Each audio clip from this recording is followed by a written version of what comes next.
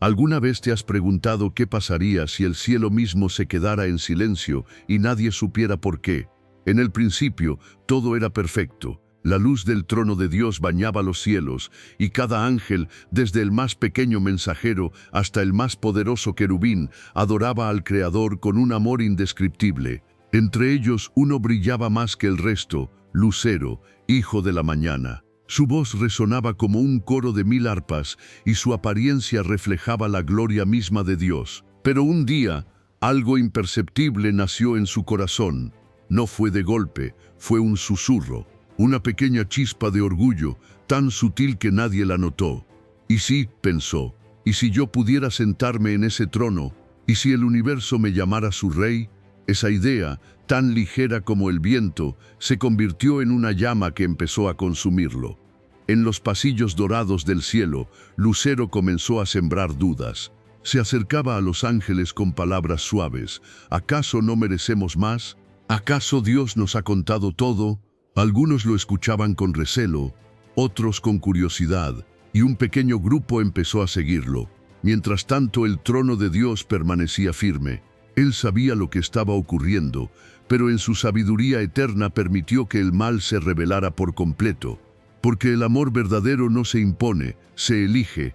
La tensión en el cielo creció como una tormenta a punto de estallar. Los cánticos de adoración se mezclaban con murmullos de rebelión. Y en medio de ese conflicto invisible, una decisión estaba a punto de cambiar la eternidad. Jesús estaba débil físicamente. Sus labios resecos y su rostro pálido mostraban el peso de aquellos 40 días, pero en sus ojos brillaba una luz que el enemigo no podía comprender. Satanás, astuto, decidió acercarse con un tono amigable, casi paternal. «Si eres realmente el Hijo de Dios», dijo, señalando las piedras, «di que estas piedras se conviertan en pan». Era una propuesta aparentemente inocente. No estaba pidiéndole que cometiera un crimen, ni que derramara sangre, solo que usara su poder para alimentarse. ¿Qué de malo había en eso? Sin embargo, Jesús sabía que no era un simple consejo, era una trampa disfrazada de necesidad. Jesús respiró hondo y con voz firme respondió, «Escrito está, no solo de pan vivirá el hombre, sino de toda palabra que sale de la boca de Dios». Satanás no se inmutó, su sonrisa se ensanchó. «Bien, veo que conoces las Escrituras, pero dime, ¿acaso no dice también la palabra que Dios enviará a sus ángeles para cuidarte?» Y en un instante la escena cambió. Ambos estaban ahora en lo alto del templo de Jerusalén. Desde esa altura, el bullicio del pueblo parecía un murmullo distante. Satanás continuó, «Lánzate desde aquí. Si realmente eres el Hijo amado, los ángeles te sostendrán. Así todos creerán en ti». Era una tentación más sutil, fama rápida, reconocimiento inmediato. No habría dolor, no habría cruz, solo un salto y la adoración de todos. Pero Jesús conocía el corazón del Padre y también el veneno detrás de esa propuesta. También está escrito, «No tentarás al Señor tu Dios». Por primera vez, el rostro de Satanás perdió algo de su confianza, pero no se retiró. Sabía que aún tenía una carta final. La escena volvió a transformarse. Ahora estaban en una montaña altísima. Ante los ojos de Jesús se desplegaban los reinos del mundo, desde las arenas doradas de Egipto hasta las murallas imponentes de Roma. Las riquezas brillaban, las ciudades resplandecían, los ejércitos marchaban en formación. «Todo esto te daré», dijo Satanás con voz grave, «si postrado me adoras». Era la tentación más directa, poder sin sufrimiento, gloria sin sacrificio, un atajo a la misión. Bastaba un gesto, una inclinación, y todo estaría en sus manos. Jesús lo miró fijamente, y su voz resonó como un trueno. «Vete, Satanás, porque escrito está, al Señor tu Dios adorarás, y a Él solo servirás». En ese momento el adversario retrocedió. Su figura se desvaneció como humo arrastrado por el viento. Y entonces vinieron los ángeles y sirvieron a Jesús. La batalla había terminado, pero no la guerra. El enemigo buscaría otra ocasión. Sin embargo, ese día, en lo alto de aquella montaña, la obediencia venció al engaño. Las preguntas en su interior no le daban tregua. ¿Y si las historias sobre Jesús eran reales? ¿Y si aquel carpintero de Nazaret no era solo un hombre, sino el Hijo de Dios? Las palabras que había escuchado resonaban una y otra vez en su mente. Yo soy el camino, la verdad y la vida. Mientras caminaba por un sendero polvoriento, el sonido de voces lejanas le hizo detenerse. Un pequeño grupo se había reunido bajo la sombra de una higuera, y en el centro estaba él, Jesús. Su presencia no imponía por fuerza, pero había algo en sus ojos que transmitía una autoridad diferente, limpia, como si mirara directamente al alma. El hombre dudó, sus pasos eran inseguros, como si un peso invisible lo frenara, pero entonces Jesús, sin apartar la vista, dijo con voz serena: «Ven a mí, tú que estás cansado y cargado, y yo te daré descanso». Aquellas palabras atravesaron el aire como un rayo. Era como si el Maestro hubiera leído su corazón, como si conociera cada herida, cada temor y cada culpa. Sintió que sus defensas se derrumbaban. Se acercó. La multitud guardó silencio.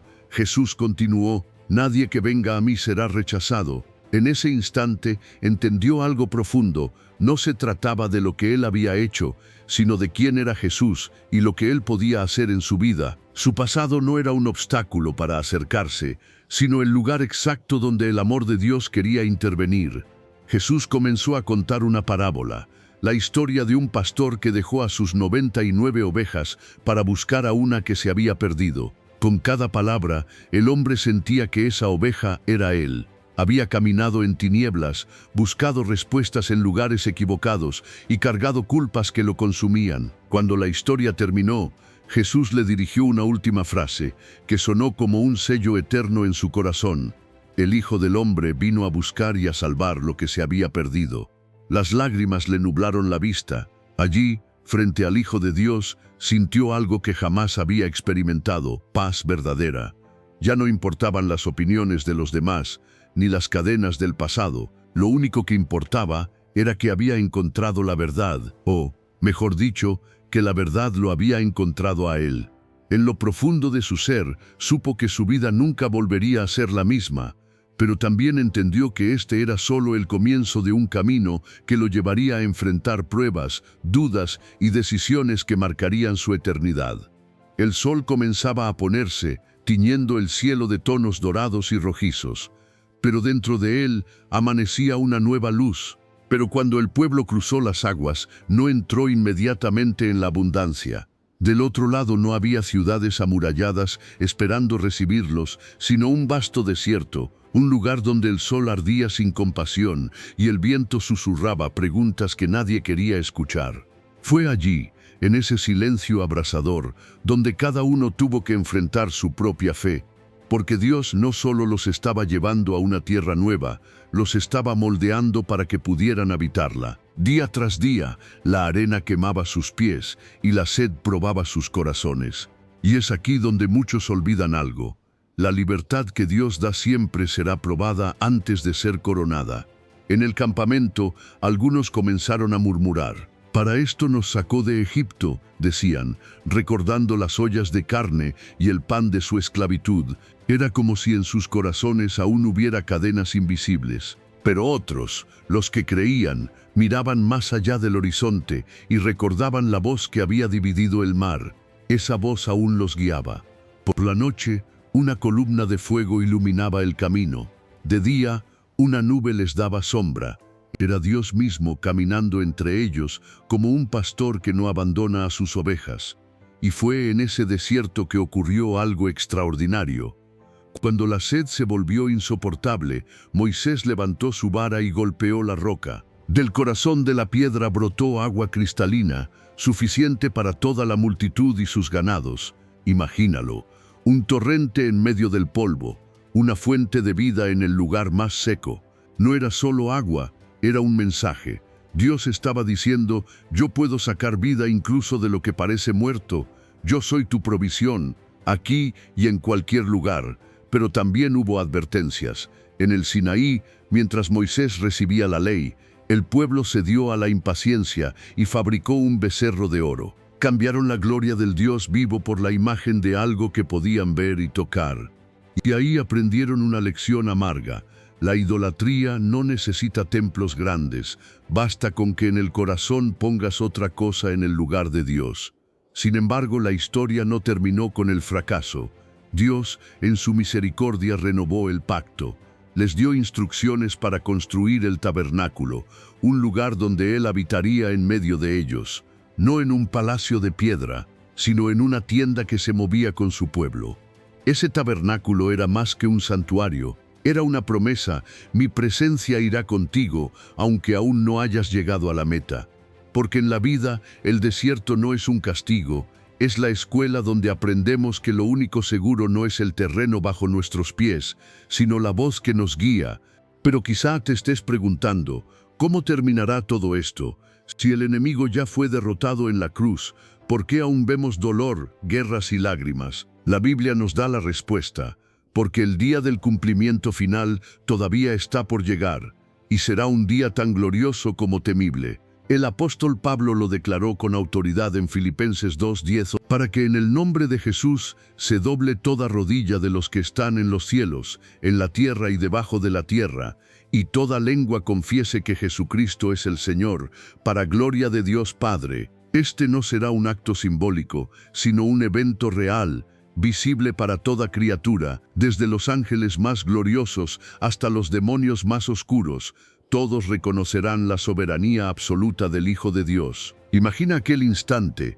El cielo se abrirá con un sonido como de trompeta que estremecerá las entrañas de la tierra. Los mares se agitarán, las montañas temblarán y las naciones quedarán en silencio.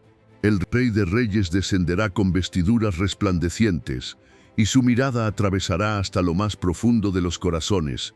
Los que le amaron y siguieron se postrarán con gozo, sus lágrimas serán de alegría y alivio. Verán en las manos del Señor las marcas de los clavos y entenderán que toda batalla, todo dolor y toda espera valieron la pena. Pero los que le rechazaron, los que endurecieron su corazón, caerán de rodillas también, no por amor, sino por el peso inquebrantable de la verdad. Ese día, Satanás y sus huestes serán expuestos y juzgados públicamente. Apocalipsis 20:10 lo describe sin rodeos. Y el diablo que los engañaba fue lanzado en el lago de fuego y azufre, donde estaban la bestia y el falso profeta, y serán atormentados día y noche por los siglos de los siglos. Será el fin definitivo del mal, sin posibilidad de retorno. Y entonces el Señor hará nuevas todas las cosas. El dolor, la muerte, las lágrimas, todo quedará atrás. La luz de Dios iluminará la nueva creación, y su pueblo vivirá en su presencia para siempre. Querido oyente, esta historia no es solo profecía antigua, es la verdad viva que está por cumplirse. Hoy todavía hay tiempo para elegir de qué lado estarás en aquel día, porque lo cierto es que todos doblaremos nuestras rodillas. La pregunta es, ¿lo harás por amor o por obligación? No ignores esta voz que te llama. No se trata de religión, sino de reconciliación con tu Creador. Jesucristo no vino a condenarte, sino a salvarte. Él ya abrió el camino, pero la decisión final es tuya. El día se acerca y cuando el cielo se abra, ya no habrá segundas oportunidades. Escucha bien, Él viene y viene pronto.